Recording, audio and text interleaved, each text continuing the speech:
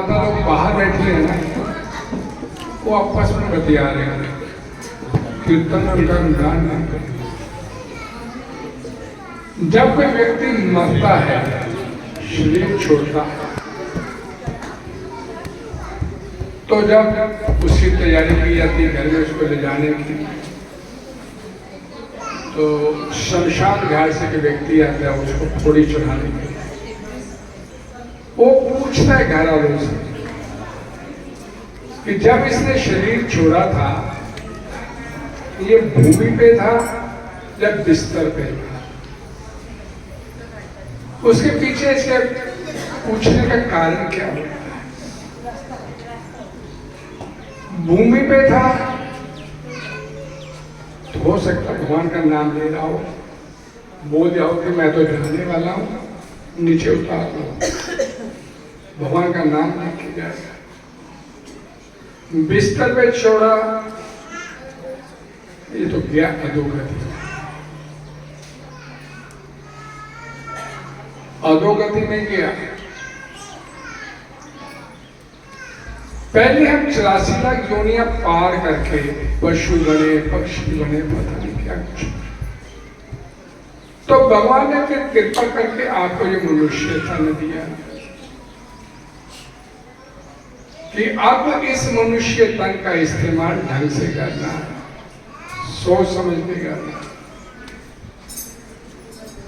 और हमने फिर इसका इस्तेमाल भजन के लिए नहीं किया, कीर्तन के लिए नहीं, लेकिन जो भगवान ने एक अवसर दिया था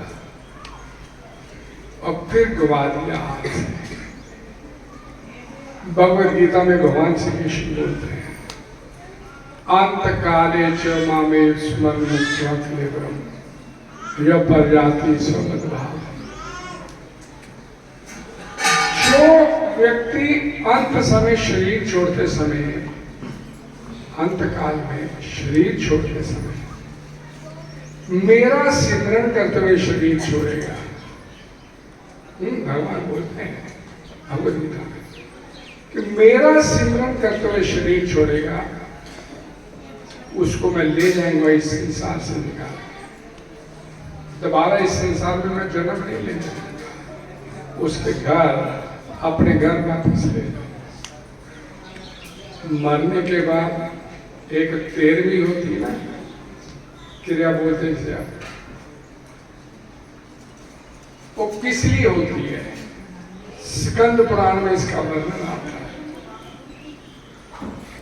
एक घर के मित्र संबंधी रिश्तेदार सभी को बुलाया जाता है,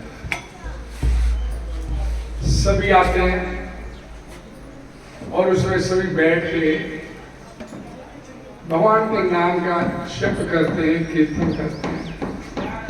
और फिर जो पंडित जी होते हैं वो आखिर में, अंत में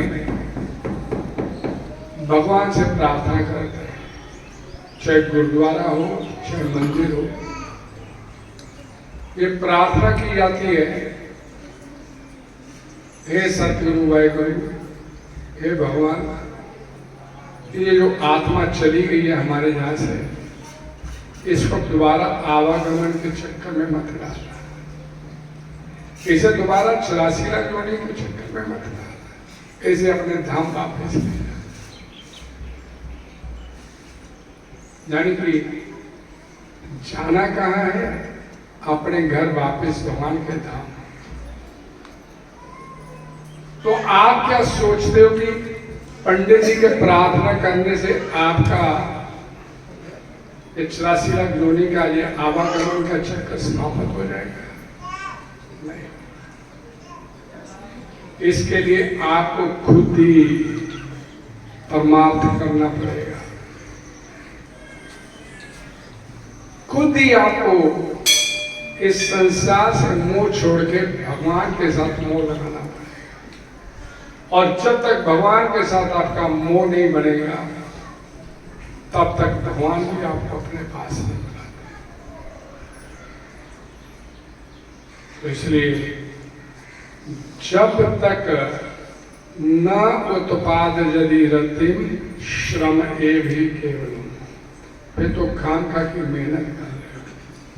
मैंने बोला मंदिर आते हो तो पंडित जी से प्रसाद भले मत लीजिए, टीका भले मत लगवाइए, चलेगा। उससे पूछिए, भगवत गीता के बारे में सुनिए उससे। ये मुंह का स्वाद करते करते तो जन्म बीत गए। आप तो भगवान के साथ जुड़ने का प्रयास कीजिए। और जैसे जैसे कलयुग में, कलयुग केवल नाम आधारा, सुमरे सुमरे नर उतरे पार, नानक दुखिया सब संसार, सो सुखी जो नाम आधार। जिसने नाम के साथ, भगवान के नाम के साथ अपने आप को इस कलयुग में जोड़ लिया, उसके निकलने की संभावना होगी। नहीं तो पुनरपि जननम पुनरपि मरणम, बार बार जन्म लेते बार बार मरते हैं, ये तो चला ही हुआ है। निकलने का एक ही रास्ता है और कोई रास्ता नहीं है कि आखिरी समय, जब आखिरी सांस लोगे अपनी, उस समय आपकी जीवा पे, आपके जहां पे भगवान का नाम होना चाहिए। वो नहीं है तो गए अधोगति में, गए कुछ देर के लिए, फिर दोबारा आपसे एक बार फिर प्रार्थना करेंगे। श्रीमद् भागवतम पुराण 18,000 श्लोक है उसमें, भागवतम महापुराण के। उनमें सबसे आखिर का श्लोक क्या है? 18,000वां श्लोक,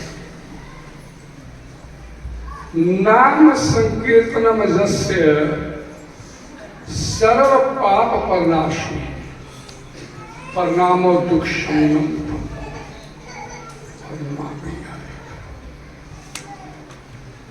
जिसके नामों का कीर्तन करने से सर्व पाप पर नाशनम, सारे जन्म जन्मांतर के पापों का नाश हो जाता है। उस हरि को प्रणाम करते हैं, उस भगवान को प्रणाम करते हैं, जीवन के सारे दुख से, मौज मस्ती करते करते तो जीवन खत्म होने को आ गया। अब तो संजीदगी से, सीरियसली भगवान के साथ अपने आप को जोड़ने का प्रयास कीजिए। एक बार फिर हरे कृष्ण महामंत्र पे कीर्तन करेंगे, सभी पीछे पीछे बोलेगा हरे कृष्णा हरे कृष्णा। बीमारों की जरूरत, अभी प्रसाद की लाइन में सभी लगे होंगे, ज्यादा दीजिए, ज्यादा बोल देंगे। चलिए